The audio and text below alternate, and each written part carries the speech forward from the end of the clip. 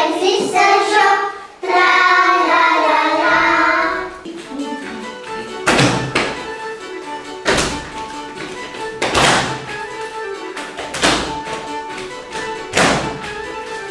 După atâta treabă bună, cred că merge și o bună. Trece la treabă, puișor. Nu pot. Nu pot, mă doare un picior. Care anume? Nu-mi dau seama, trebuie să mă întreb pe mama. Mi-o zis mama când mi-o da văleleu, văleleu, zăsli când moi mărita. Văleu, văleu, văleleu.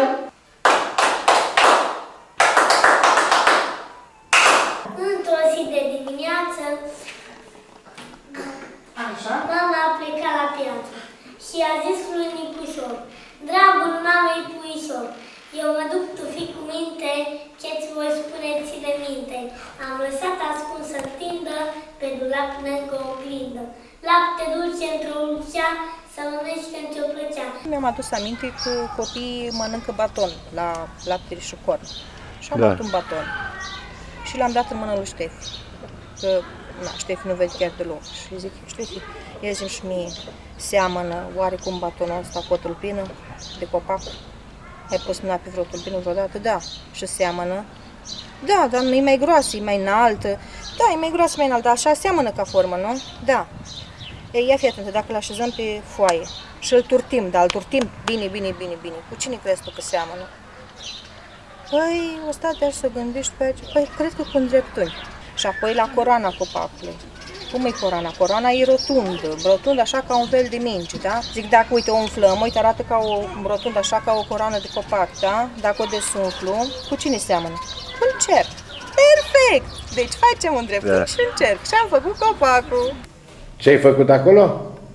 Un copac și iarbă și floare.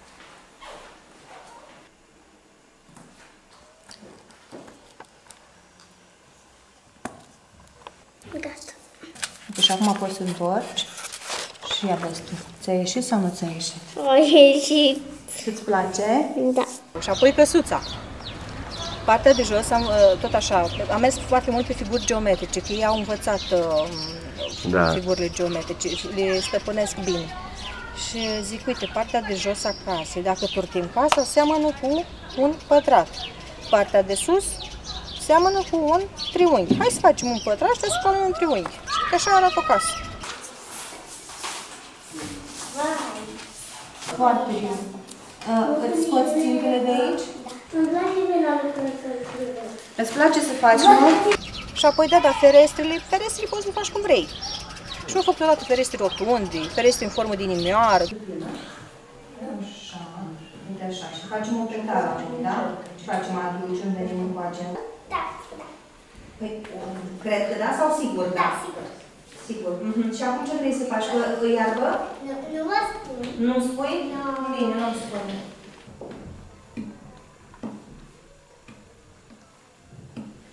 A trecut.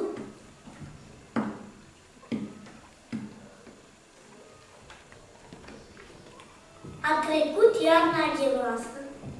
După geroasă ce ai? Virgulă Și? semn de verde. Rândunica cea voioasă, oană, Așa. virgulă, Și? semn de verde. Co, cratmă, tura, copacul, bine ai venit. Am să vă dau o stare, vezi? De la capăt. Lăsați-mi, vă rog frumos, un rând liber. Lăsați de 2 ori, da? 1, 2. 1, 2. Știi și tu, da? Da. Ok. Cu alineat, vă rog.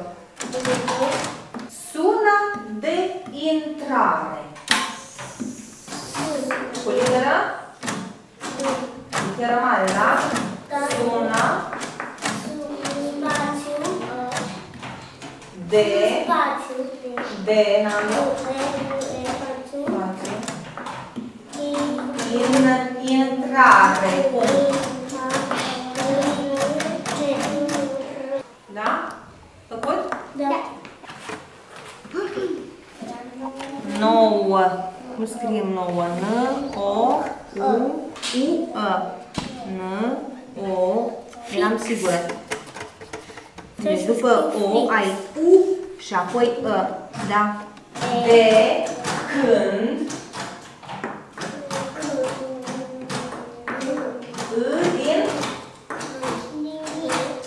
din A.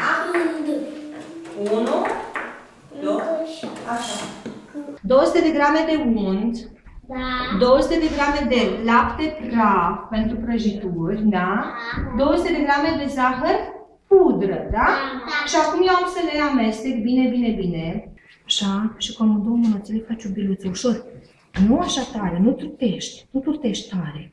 Da. Ușor, ușor, ca și cum ai mângâia-o, da? Da, parcă mâncăi un iepure. Hai, mă rog, dacă așa crezi tu, îți imaginezi că mângâi un iepuraș, da? Da. Și să o așezi pe farfuriuță, da? O punem undeva aici separat. Aici este aluată, da? Luăm de aici o bucățică, uite, ia de una de la o bucățică. Și o așez pe o părnă, uite așa e. Uite, acum luăm o alună. Am luat eu o alună din farfurie, da? O punem aici în mijloc, uite așa o acoperim. Așa. Și acum, uite, știi cum facem ușor de tot. Așa, exact așa. Îl copiem. Ce bine știi. Și nu-ți place? Da? Uite, poftim. Viața mea pisică.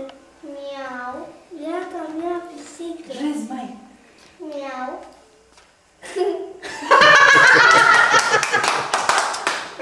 Aia, acolo, cine vrei? Dar eu n-am pus. Uite, știți aici. Miau. Și viața mea pisică. Miau. Viața mea pisică. Zi așa. Miau. Zi așa. Miau.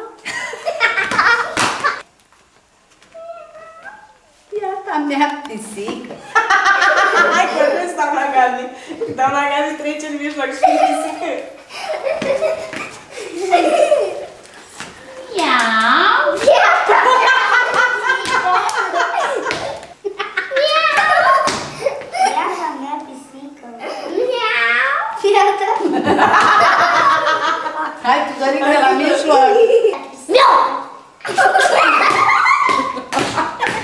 Frunză verde reînsucit, șezătoarea s-a sfârșit. Am lucrat și am cântat și cu toți ne-am bucurat. Alice, s-a sfârșit. S-a sfârșit șezătoarea noastră Și cu toți ne-am bucurat. După puterile noastre, Ce-am putut? ce-am putut, v-am arătat. Ne ridicăm în piciorul de tot. Ai,